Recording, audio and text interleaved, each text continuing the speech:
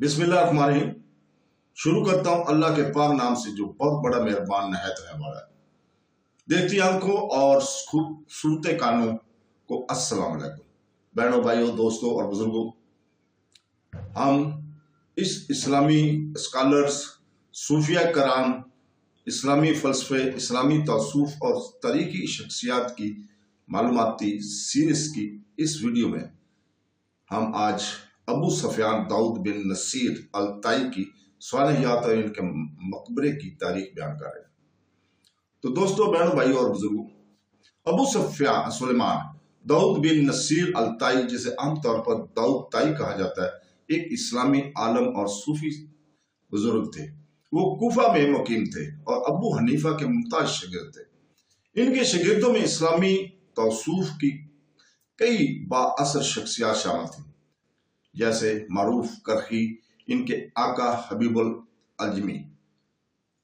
शानी ने कूफा में इमाम आजम अबू हनीफा से कई साल तक हदीस और फिक्र की तालीम हासिल की और इनके पसंदीदा शागिर्दों में से एक होने की वजह से वो साइंस और फिक्र में आला दर्जे पर पहुंचे। इसमें मौसर बोलने की सलाहियत भी थी। वो शायद थोड़ा नागवार भी थे।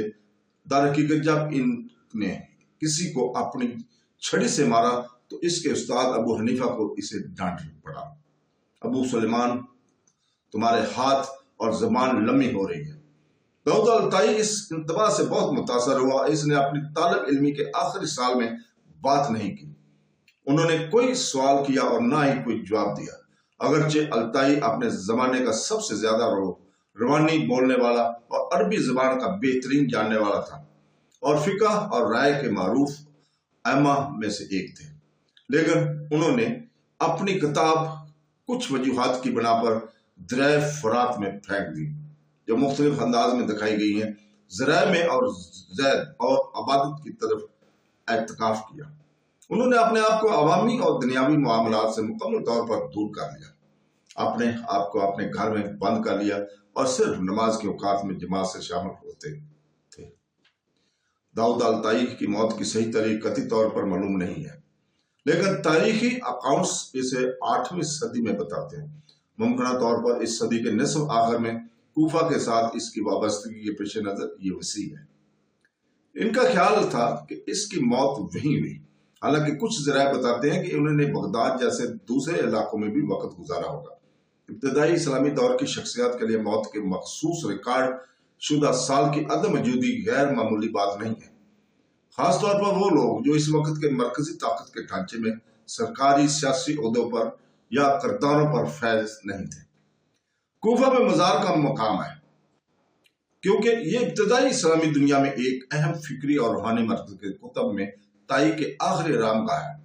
कूफा अल ताई के जमाने में अजीम मजहबी तनों का शहर था, जहाँ अकीदे, अमल और रूहानियत की नवीयत पर बहसें अरूज पर थीं।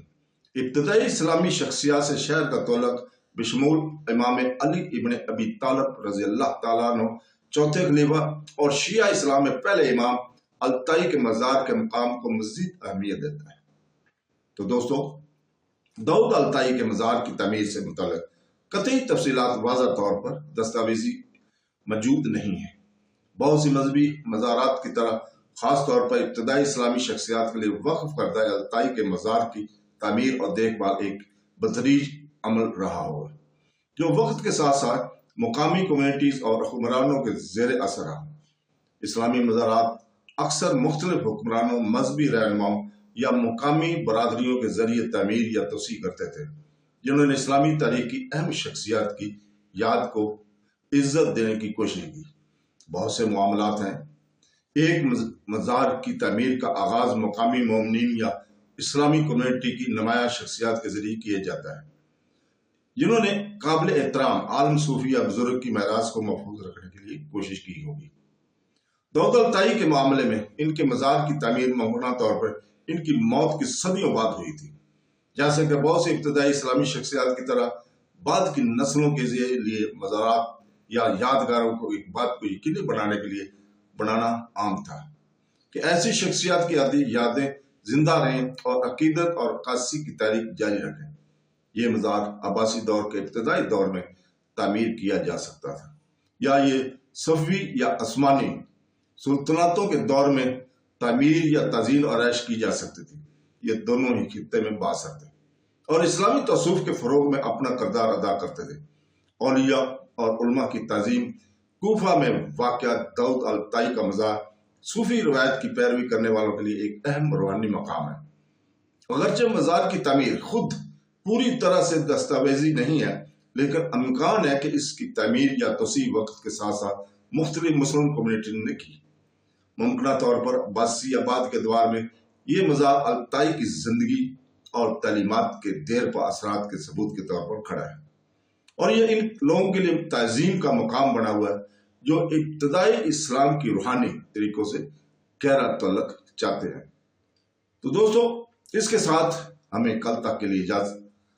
تو کل ہم اسلامی اسکالر صوفی سنت ابو سلمان داؤد بن نصیر الطائی کی سونحیات اور ان کے مزار کی تاریخ کو بیان کریں گے۔ تو دوستو، کل تک کے لیے اجازت۔ اللہ حافظ۔